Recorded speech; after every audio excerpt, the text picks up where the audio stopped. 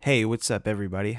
It's good to be back, and I have a cool little video here for you, and I think it's going to be very helpful to organize your sessions, when you start recording and then you're going to approach the mixing stage. I think this is going to help a lot and to keep your session a lot cleaner. And I just think it's going to save you a lot of time when you're mixing, so I think this is going to be really beneficial for that factor alone. And not only that, but it'll help you to fine tune everything. Now, what we're going to be talking about is kind of like top down mixing is the phrase that I've heard several times. So the idea between the idea of top down mixing is basically think of it as like mixing, instead of mixing each individual track, right? You're going to break down groups of all the tracks, right? So let's say you had instruments, you're going to do like guitars, and then you're going to do all the drums, and then you're going to mix them as a group instead of each individual track. So for example, the drums, you would have the kick, you would also have the snare drum, and then you'd have the hi-hats, you'd have the overhead mics, you'd have the floor, the floor toms, the rack toms, all that stuff in individual tracks, right? Well, instead of doing it like that, this is just theory. you would route all those channels to one track, right? And then you would top down mix. So you would mix the whole track, all those stems together into one track. You would mix that thing in whole, like you would EQ all the drums together. And then when you're getting closer to a mix that you like, then you can go into each channel and add just what it needs to fine tune it. Okay, so that's just the gist of what we're going to be talking about. Now, I have a track here. This is something that I recorded. I did a hook for a friend of mine in Poland. Like I said, again, I have to say this every video, but I don't have to, but I'm going to. I'm not the best singer. This is just a kind of pop track. I'm not really used to doing this kind of stuff. And so I'll just play it through so you know what we're listening to. Even though we're not really going to go into mixing, this is more of like how we set up the thing to be mixed. And so I'll just play it, show you what we're listening to, and then I'll show you how I organized this and how I started mixing this, okay? Here we go.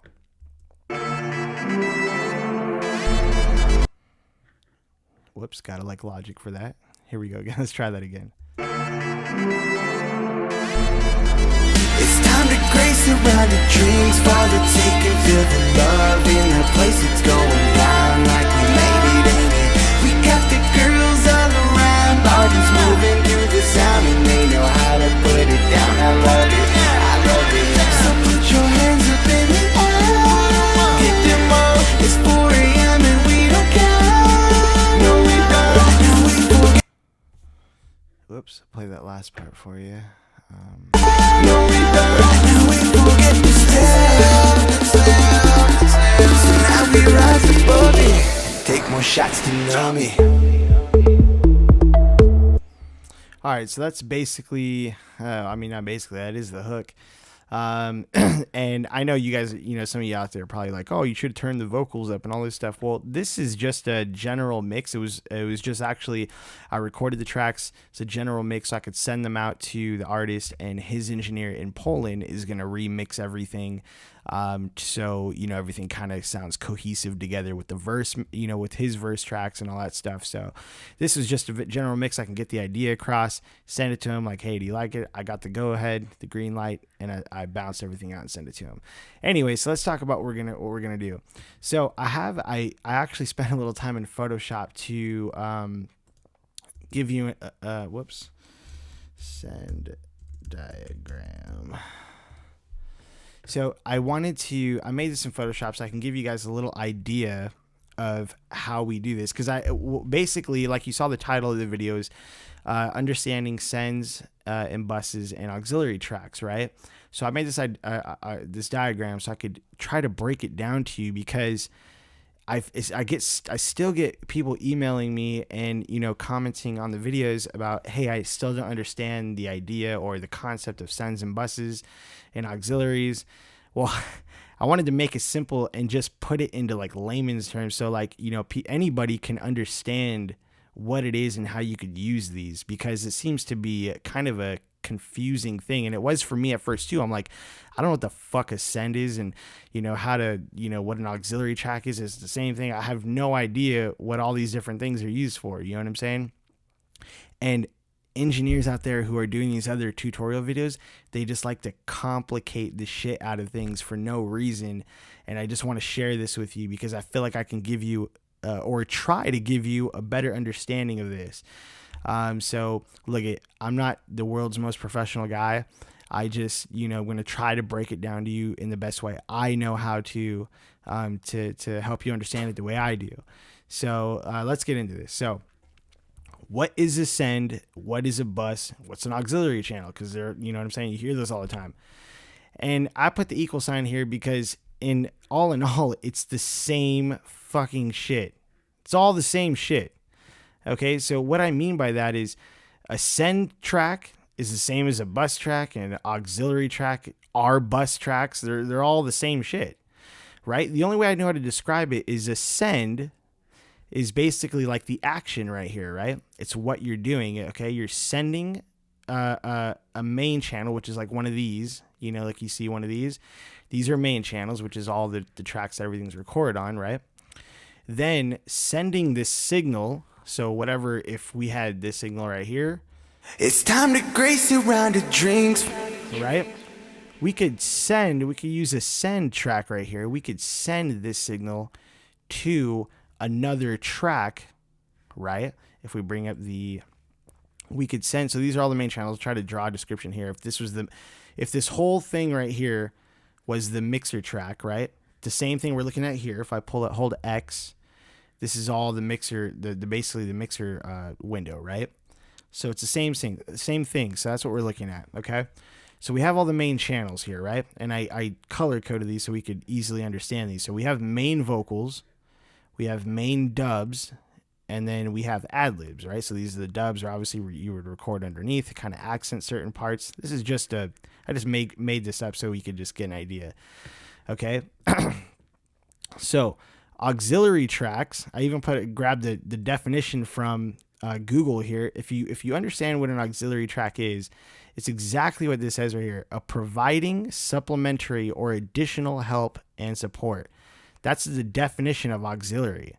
So you could think an auxiliary track is an extra track to support the main tracks, and just provide additional just an additional channel to use. You know what I'm saying? For how there's many ways to use it, so I can't be too specific on it, but I'm going to try to share with you different ways to use it. Okay, so let me put this one yellow track and this one red track, this one green track here, we made into groups. That's why you can see they're color coded here. So these right here are all auxiliary tracks, and so are these. That's how I was trying to explain this confusing shit right here. Sends and buses, right, are auxiliary tracks. They're the same thing. So all these are really auxiliary tracks and buses. They're the same thing. So if you look here, if I were to just create a new track, let me create a new track down here. If I click plus here, yes, I'm just going to create an audio track. Now we have a blank track here, right? You see how it says audio? Well, we're not going to look at the audio effects track. We're going to see right here how it says send, and then even the stereo out. If you wanted to send it if you want to create like a group track, you can hold down and you could bus it out. And these are all, even though it says bus, these are what happens when you click on these buses, because when you're busing something, it's the same thing as sending something. It means the exact same thing, okay? So what happens is we're going to bus instead of sending this whole channel, which is this, right? Instead of sending this whole channel to the stereo output, we're going to bypass the stereo output first, and we're going to create an auxiliary track that we want to choose. So let's say we want to you can choose any one of these, okay? They're just a list of them, okay? You can get more here, all the way up to 256, man. The new update in Logic, you can add way more bus tracks. Anyways, we don't need that many. But this just shows you the amount of busing that you can do. So let's just say you could pick any random one. I like to separate mine far so you can see how these are all widespread out. It doesn't matter, okay? It doesn't have to be specific.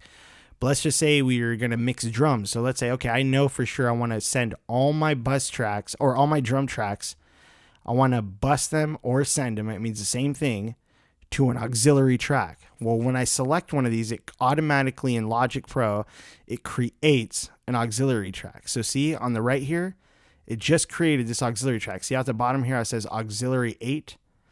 Since it says auxiliary 8, that means I have 8 auxiliary tracks. So in the diagram here, if you look right here, it shows that I have 5 auxiliary tracks, okay? Because remember I said each one of these, the yellow, red, green, plus the delay and the reverb, these are all auxiliary tracks, okay? And what happens is how we set that up is like how I showed you in there. We're busing or sending these channels. We're skipping the stereo output, which right here, this far one that says mixer channel, this big black box, I actually meant to put master track or master stereo output, but I put mixer channel. I didn't mean to do that. So just pretend this big thick black one is the last track. It's the master channel, okay?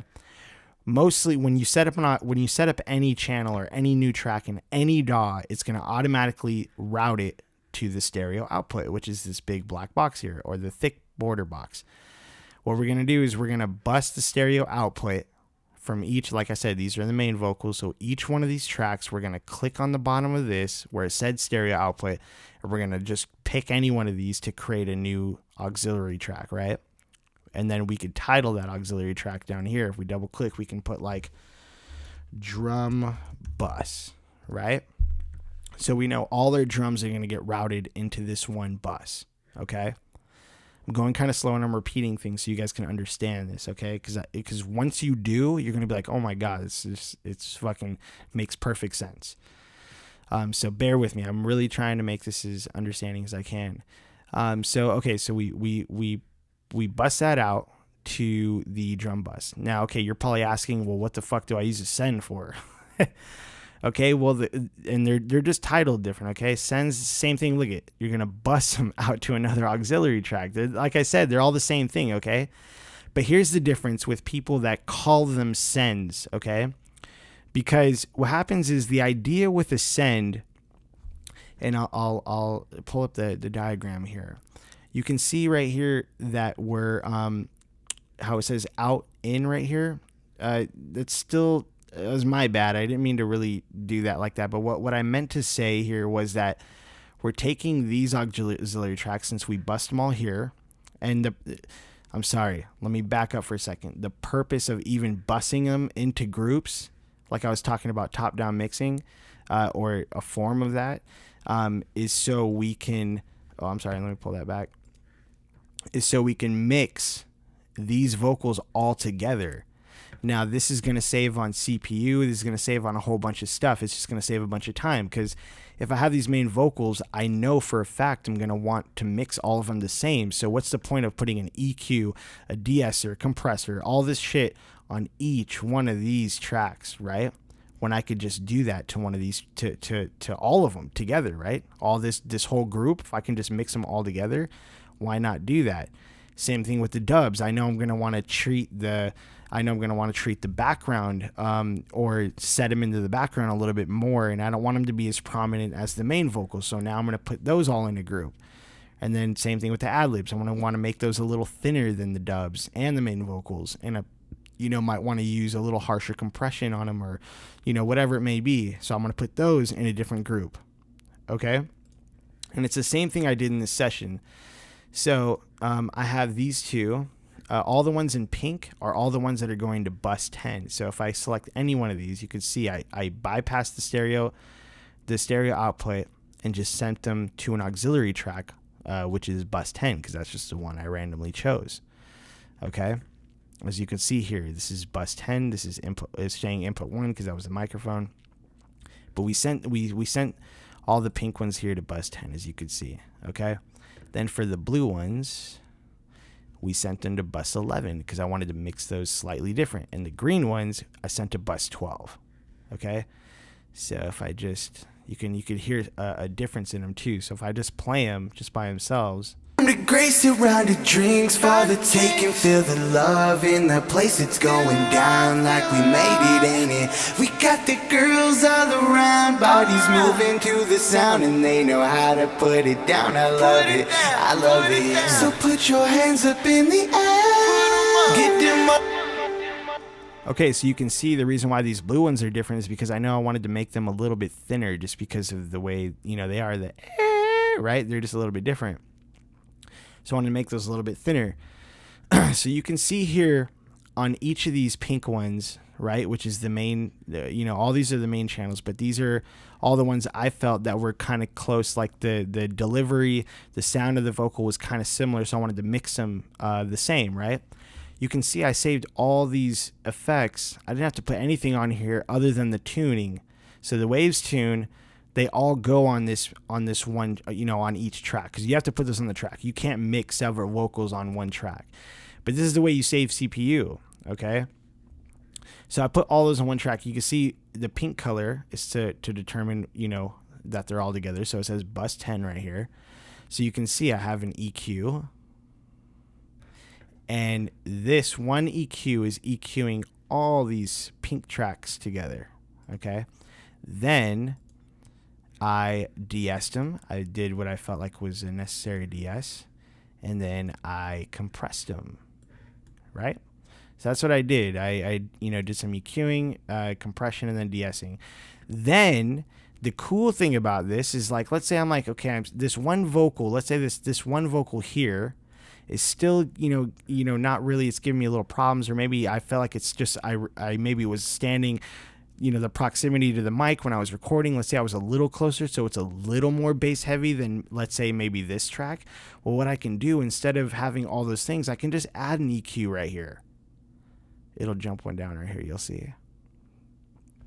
So see, I just add an EQ right here, and let's say I just wanted to roll off just a little bit more than I did in the main, you know, did in the full, in the output here. I just wanted to just roll off a little bit more just on this one. Then that's it. That's all I had to do. You know what I'm saying? So you can go back in, you can go back into each channel, and you could, if it needs it, then you could fine tune it. You know what I'm saying?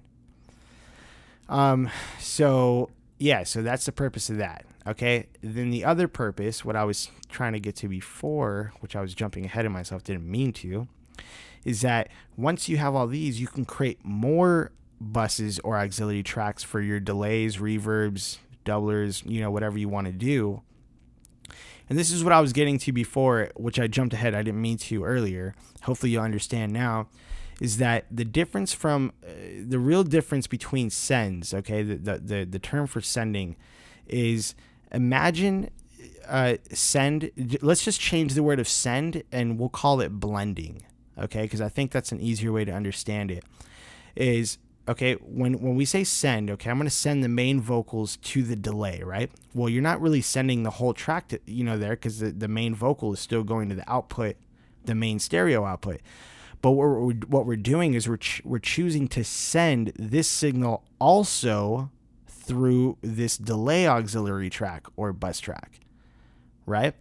So we created a new bus, and we created two new buses, one for delay and reverb, and we're going to send this main vocal, we're going to send the signal also through here and also through the reverb, okay? And the cool thing about sends is that you have a little knob here, like you see these. So this is this main vocal. We have it, remember, this is going out to bus 10, which is bypassing this stereo output right here. We're going into bus 10 first, which is this one, okay? And then what I have going on is then I bust, which is all these pink tracks, they're all being sent to bus 1 right here, which is a reverb, like it says. So we're giving all these tracks reverb at the same time through this one bus or this one auxiliary track that we created for all the pink tracks. That group, right? Let's call it the pink group, is bus 10. So we're going to send that whole pink group to bus 1 to give it reverb. We're also going to send this signal to bus 2, which is our delay, okay? And the thing about sends, like what I was talking about, blending is we have these knobs, and in Pro Tools, they're faders, okay? Because you're going to get it. What you're going to do is you're going to create a full different track for each auxiliary channel, and you're just going to adjust the faders as you would here instead of a knob. You're just going to turn them up or down, and you're going to blend the reverb in to that bus 10. That's the cool thing about Sense, is that you can choose to use however much of amount of delay or reverb you want to blend into that track. Okay, so what I did is I pulled up Pro Tools here. Let me pull up the other window as well. So this is how you would open up a Pro Tools session, and obviously to create a track you'd have to hold Command-Shift-N, and it'll bring up this window. Let's say we're going to start off with 5 tracks. Okay, they're going to be mono. This is like if we were going to record the song first. Let's say the instrumental's already in there. It's at 120 BPM. Let's say the instrumental's already in there. I'm just showing you. We're going to create 5 new mono tracks. They're going to be audio tracks. In samples is fine, so we create them. Now we have 5 new tracks, right? So we can use these to record on, right? Then let's say we're getting ready to mix now. Okay, so what I want to do too is create a new one. And this time it's going to be a stereo track. And this is going to be the master fader. Okay, and we're going to click create. The master fader in Logic Pro, this is why I like Logic Pro, because you don't have to really set up anything extra. It's already done for you. So we get a master track right here, and it's the same thing. The stereo output, same thing. The master track, it goes into the master track. These two are like married. Just pretend that, okay? Except the stereo output is where we'll put the final effects if you were mastering, whatever. In this case, I just have a limiter to keep it louder, just for this tutorial. But back into Pro Tools, we have a master fader to create auxiliary channels for your, let's say for your groups, right? Let's say these were main vocals. Main vocals, we'll click OK. Let's say we'll do main vocals 2. Let's just say like we picked up, we punched in somewhere.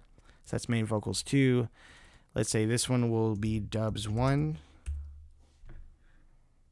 Okay. We'll choose this one. We'll make it dubs 2. And we'll make this last one ad-libs for the whole hook or whatever you're recording, right? So now let's say I want to do 3 groups because now I want to put the main vocals together. I want to mix those together, and I want to mix the dubs together. And then we'll put the ad-libs on a separate one. Or since you only have 1 track, you could really just mix that one because it's like the same thing. But we'll just do this for the sake of, the tutorial. So we'll just do that. We'll create 3 groups. We'll make them stereo. And we'll mix these auxiliary tracks right here. Okay. Boom. Now we have 3 tracks. So we'll call this one main vocal. Or we'll call it main group. Then we'll call this one dub group. And we'll call this last one ad-lib group. Who knows, maybe we want to add more tracks later, right? I mean more ad-libs. Then let's add more auxiliary tracks for let's add 2, one for reverb and one for delay. So we'll do auxiliary tracks, make them stereo, we'll create them. Now what we'll do is we'll call this one reverb, and we'll call this one delay. Okay, so it's the same thing. So the only difference in Pro Tools is you got to create each one of these like this. So I had to make sure that they were auxiliary tracks, so on and so forth. Okay, so to send them out, see how it says built-in output here? We're going to choose a bus. And we're going to choose, let's say for the main vocals, we'll make them bus 1 and 2, right? So we'll go to here and we'll choose output bus 1 and 2. Then for the dubs, we'll just choose the next one down, which is bus 3 and 4. So on and so forth. Let's just do this real quick. And the last one, we'll do bus 4, 5, and 6. All right, so we have those like that. Then what we have to do, it's a lot of setup. This is the one thing about Pro Tools that just lags a little bit for me in that sense. So for the input, we have to put bus 1 and 2 because we got to create it, right? So bus 3 and 4, ad lib group. We're going to do bus 5 and 6. So these are already going to the output. Okay.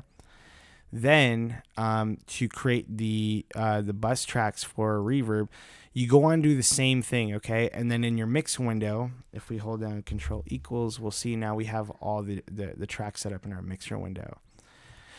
Okay, now I'm not going to keep going here. I just wanted to show you how you would generally set up the same way in Pro Tools. It's just in Logic, it's kind of already done for you. The second you choose a bus track, it creates the auxiliary track for you, which I think is smart. Like Studio One 3 does that for you already. A lot of different DAWs do that for you already. Pro Tools just has a thing where they like to kind of make things a pain in the ass. And so it's a great, I love Pro Tools, man. It's just one of those things where it's like fucking, it just bothers me, man. It's probably why I tend to use Logic Pro a lot.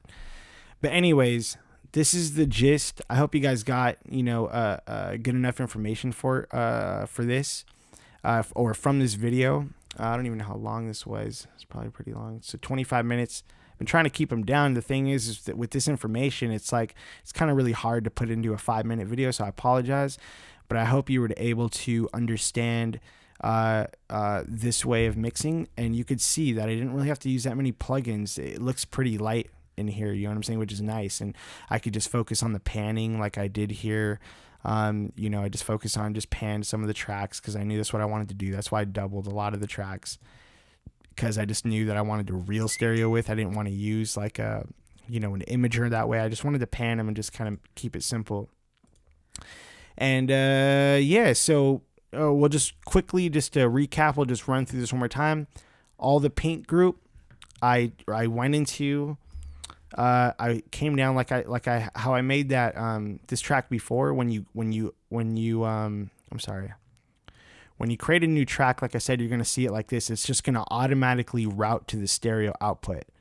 So to create the groups, you're gonna want to change the stereo output to a bus or an auxiliary track. Remember, buses and auxiliary tracks are the same thing. So we're gonna want to change that to an auxiliary track. So we're gonna bus everything. We're going to bypass the stereo output and put them to a bus, which is a group that we're making, right? So we called it the drum bus because remember, these are, let's say this is the kick drum. If I duplicate it, let's say this one's the snare, and let's say it's a very small drum kit, and let's say this one's a hi-hat, right? So now we have 3 different tracks. They're all being bused to the drum bus, which is bus 25. Okay, from there. So let's say I wanted all the drums to have like a nice reverb. Now what I could do is I could send this bus track. I can create a new bus and make, I'll say I'm just gonna randomly choose bus 30, and I'm gonna make this a reverb, right? And so I could go to effects and I can add a reverb here. Whatever. That's a whatever reverb. So, call it a day. So now, I'm sorry. I didn't mean to put that there. See, I put it on the wrong track. Let's say the reverb track, I didn't even mean to call this. Wait, what am I doing? Bus 25. I mixed this up. I'm so sorry. These are drums again. And then I would have to open up the mixer channel, and the new bus I created, which is bus 25. This is where you would, bus 30. This is where you would add the reverb here. Okay. Because remember, we sent 3 of these new tracks. See all these? Kick, snare, and hi-hat. These are all being sent to, as you could see, bus 25, bus 25, bus 25, which is this one right here, which I called drums. And then we're sending this group. We're gonna send the signal that's all coming through this group to bus 30, which is a new auxiliary track we created for the reverb. And then we're going to choose how much reverb we want to blend into this track, right? And that's pretty much it. And then this main bus channel goes to the stereo output. Okay, so output's going to the stereo output, which is this track right here, which is your final track. Okay, and in this session specifically, what I did was, for each group, like you can see here, it says bus 10 and then bus 11 and bus 12.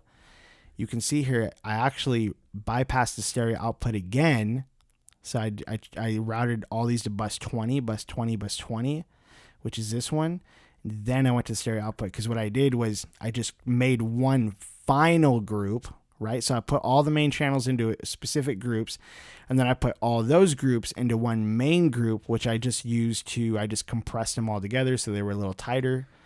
And then I put this virtual mixer on it for the air EQ, just to make all the vocals have a nice top end sheen, like an airiness to it. So that's what I did. And then that final bus, which is bus 20, is going to the stereo output, which is hitting the limiter for the loudness, and that's it. So again, I'm so sorry if I made this confusing. I tried to, really try to break it down as best I could. Here is the, in fact, what I can do is I can actually put this up. If you guys can basically understand this, maybe I'll put a link to it where you guys can just download it and just kind of look at it if you guys need help. And then it's not the best diagram, but I think with the video explanation, you can kind of see, what's going on. Maybe you could look at it and, get some help with it. So if you guys have any questions, you guys can always email me and or just leave a comment. Please like the video, share, and subscribe. And I'll be back with more, man.